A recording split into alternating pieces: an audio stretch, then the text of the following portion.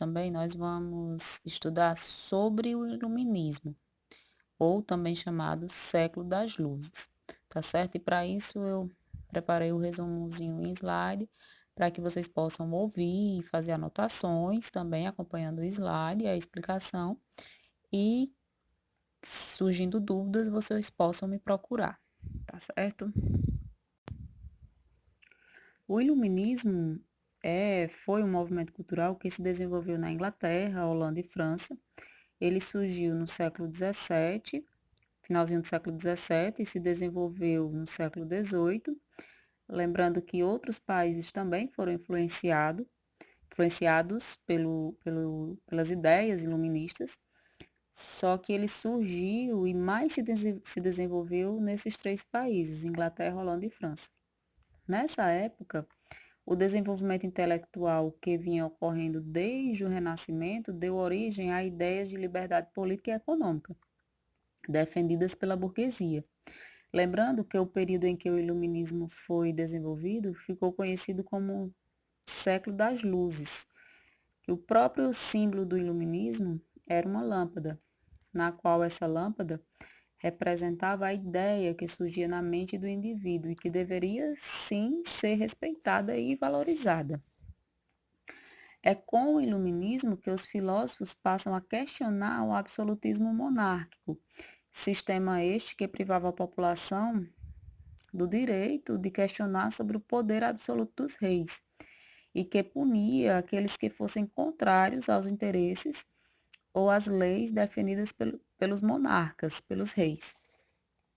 Então, os filósofos que viveram durante o século das luzes levaram para a sociedade a luz, ou seja, o conhecimento, que deveria ser respeitado pelos monarcas.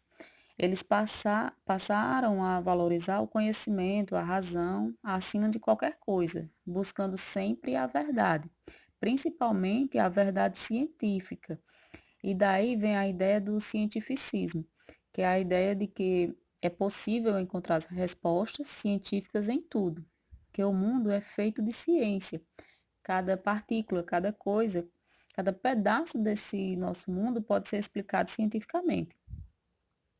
Vocês percebam que essa ideia filosófica era totalmente contrária às ideias dos reis absolutistas, já que eles não tinham uma explicação pautada na ciência para os acontecimentos, né, do período, e muito menos eles não conseguiam explicar cientificamente porque eles tinham que reinar, que administrar a sociedade, e a sociedade deveriam obedecê-los.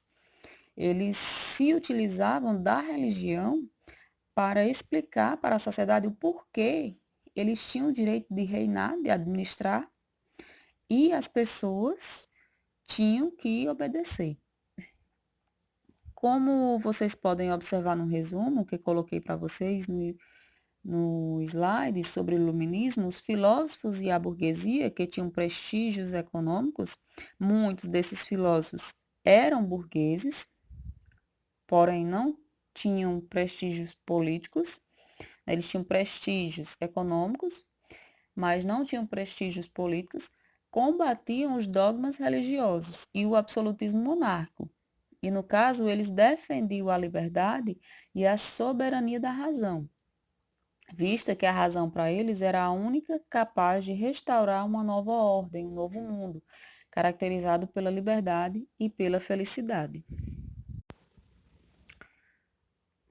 Temos aí os três princípios que pautavam o iluminismo, que são eles a universalidade, a individualidade e a autonomia. No princípio da universalidade, os iluministas acreditavam que as suas propostas deveriam atingir todos os seres humanos, independentemente de barreiras nacionais ou étnicas. No princípio da individualidade, os iluministas defendiam a ideia de que os seres humanos deveriam ser vistos como pessoas reais e singulares, e não apenas como integrantes de uma coletividade, de um grupo social. No princípio da autonomia, os filósofos acreditavam que os homens estariam aptos a pensar por si mesmos, sem a tutela da moral e dos dogmas religiosos ou da tirania política. Então, assim, era uma sociedade que deveria viver de uma forma livre, que todos deveriam ser valorizados. Para os iluministas, apenas quando os seres humanos pensassem de forma autônoma, independente, poderiam agir no sentido de adquirir o necessário à sua sobrevivência material e ao seu crescimento intelectual. Os ideais difundidos, espalhados pelos iluministas, estavam relacionados aos interesses da burguesia, em ascensão, em crescimento no período, levando-os a adotar uma postura crítica em relação à tradição cultural e o Estado absolutista, e assim propor a transformação da antiga ordem, que era o absolutismo, em um mundo completamente novo, um mundo liberal burguês. Portanto, eram propostas de reforma da sociedade e não de uma revolução. E, na verdade, quando eles falavam que queriam aí, no caso, uma autonomia da sociedade, mesmo diante dessa autonomia, mas era mais para a burguesia, né? Para as pessoas que já tinham um certo recurso econômico. As pessoas mais pobres, a gente vai ver depois que essas pessoas, elas iam continuar sofrendo, iam ainda ter seus direitos ainda repreendidos. Os iluministas defendiam um Estado constitucional, ou seja, a existência de uma autoridade central com poderes bem definidos e limitados e ampla margem de liberdade civil. Lembrando que depois a gente vai observar que essa liberdade civil ela não chegou a atingir a toda uma população, né? Por isso ela não foi considerada como o iluminismo não foi considerado como uma revolução, né? E sim como um movimento intelectual, uma reformulação de ideias, de convicções. Agora nós vamos conhecer os principais filósofos iluministas da época e suas teorias, que foram eles John Locke, Montesquieu, Voltaire, Jean-Jacques Rousseau e Kant. Bom, esses filósofos vocês já conhecem, porque vocês já estudam em filosofia, né? Então já é bastante conhecido por vocês e até mesmo a teoria. Então aqui a gente vai só relembrar. Agora, se tratando dos filósofos, da vida dos filósofos e sua teoria, John Locke, ele viveu na Inglaterra e fazia fortes críticas ao absolutismo monárquico. Ele chega a ser um congressista na Inglaterra, participando da Câmara dos Comuns. Ele também participou da Revolução Gloriosa, assunto que nós vamos ver mais adiante. John Locke era defensor de uma monarquia parlamentar. Para quem não sabe o que é uma monarquia parlamentar, é aquela monarquia em que o rei reina, mas não governa.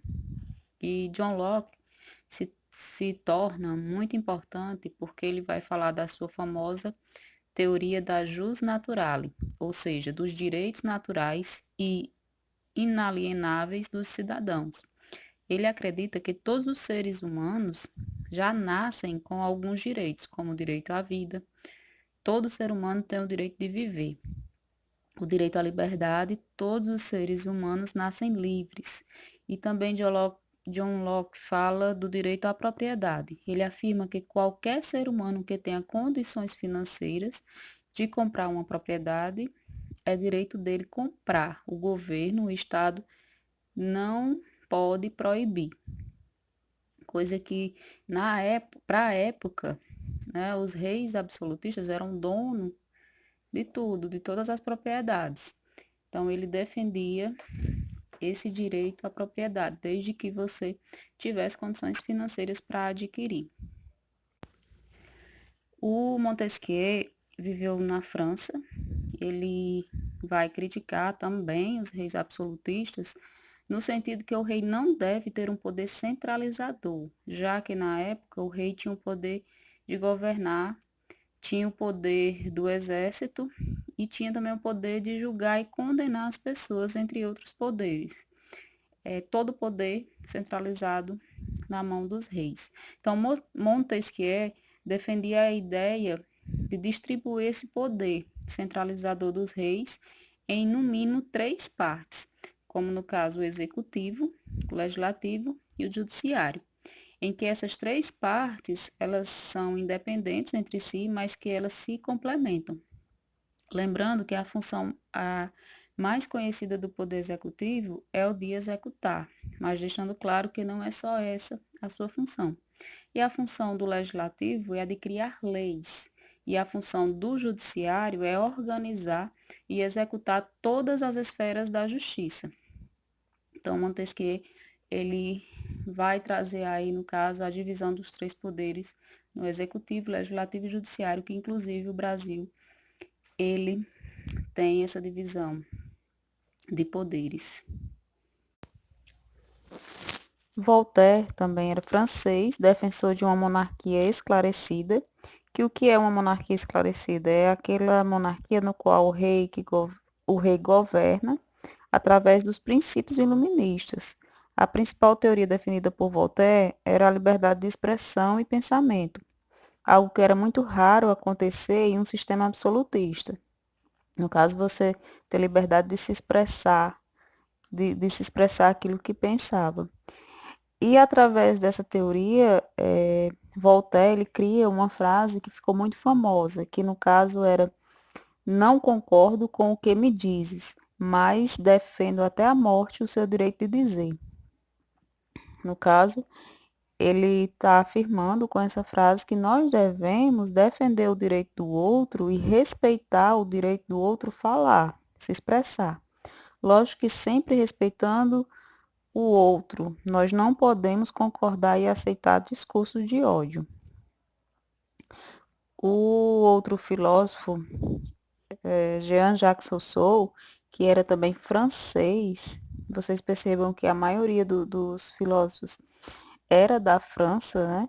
Isso faz com que o iluminismo ele foi bem forte na França, foi mais forte na França do que na Inglaterra. O Rousseau critica o rei absolutista, critica muito qualquer ideal opressor. Ele é a favor da busca pelo conhecimento, é a favor da ciência, a favor pela busca da razão. Só que Rousseau critica os seus colegas filósofos iluministas também, principalmente o John Locke. Rousseau é bastante crítico a John Locke porque ele é contra a propriedade privada. Segundo Rousseau, a propriedade privada é a causa de vários problemas sociais, como a desigualdade social, já que nem todos têm condições financeiras de obter uma propriedade. Ele acredita na soberania popular. Ele defende a ideia que o poder deve ser tirado do rei absolutista e entregue ao povo, através de um contrato social, em que o rei, em benefício de todos, abre mão da sua liberdade, do seu poder de fazer o que quer, ou seja, do seu poder absolutista.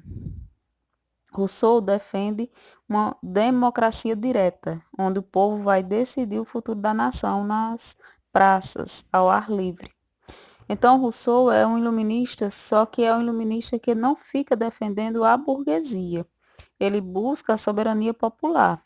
Rousseau defende a teoria do bom selvagem, em que o homem nasce cru, ele nem nasce bom nem mal. A sociedade é quem o corrompe. Então, façamos uma sociedade mais justa para corromper para o bem, para que esse homem seja corrompido mais para fazer o bem, para ser bom. Agora nós vamos falar do filósofo Kant. Kant ele vai defender o liberalismo econômico, que é a liberdade econômica em relação ao Estado, liberdade de mercado. Tudo isso porque o Estado estava cobrando impostos altíssimos na época. Então, o liberalismo econômico, defendido por Kant, é um movimento que vai buscar uma liberdade econômica onde você não vai ter a cobrança de impostos, onde o rei não fica regulando mercadorias e preços, onde o Estado não fica criando monopólios.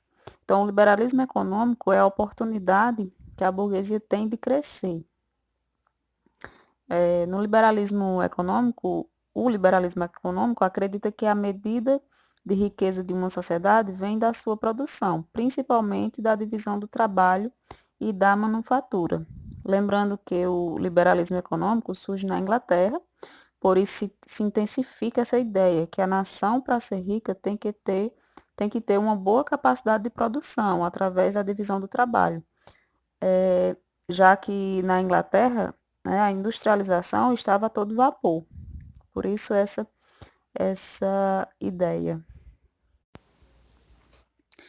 Em se tratando dos cientistas, né, das descobertas científicas da época, nós temos aí os três principais cientistas da época, que eram, no caso, iluministas, o Benjamin Franklin, o Lavoisier e a Lady Mary.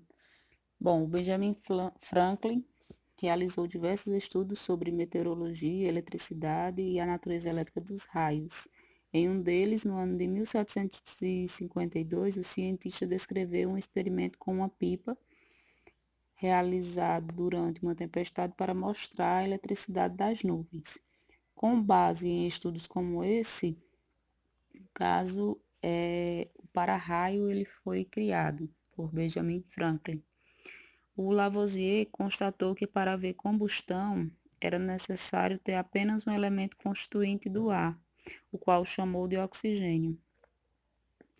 Mais tarde, em 1783, Lavoisier conseguiu demonstrar que a água era uma substância composta de oxigênio e hidrogênio, refutando antigas teorias de que ela era um elemento simples, impossível de se decompor.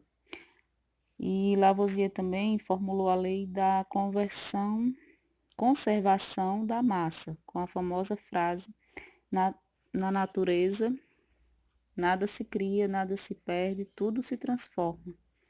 Por esse e outros estudos, Lavoisier é considerado o pai da química moderna. Já a Lady Mary observou que a varíola podia ser evitada, né, a doença, com a aplicação de um líquido extraído de uma crosta de varíola na pele de um indivíduo são. Porém, somente com os estudos do britânico Edward Jenner, publicados em 1798, as pesquisas sobre a vacina foram impulsionadas, se desenvolveram. Jenner, ele no caso, inoculou um menino de 8 anos, que nunca havia contraído a varíola, com o pus da varíola bovina. O pequeno desenvolveu sintomas leves da doença, mas teve uma recuperação rápida. Meses depois, ao receber o vírus da varíola humana, a criança não desenvolveu a patologia, mostrando que ela havia se tornado imune à doença. Então, essas foram algumas descobertas científicas que ocorreram através do desenvolvimento do iluminismo, né? Desse movimento que buscava o livre pensamento, livre expressão.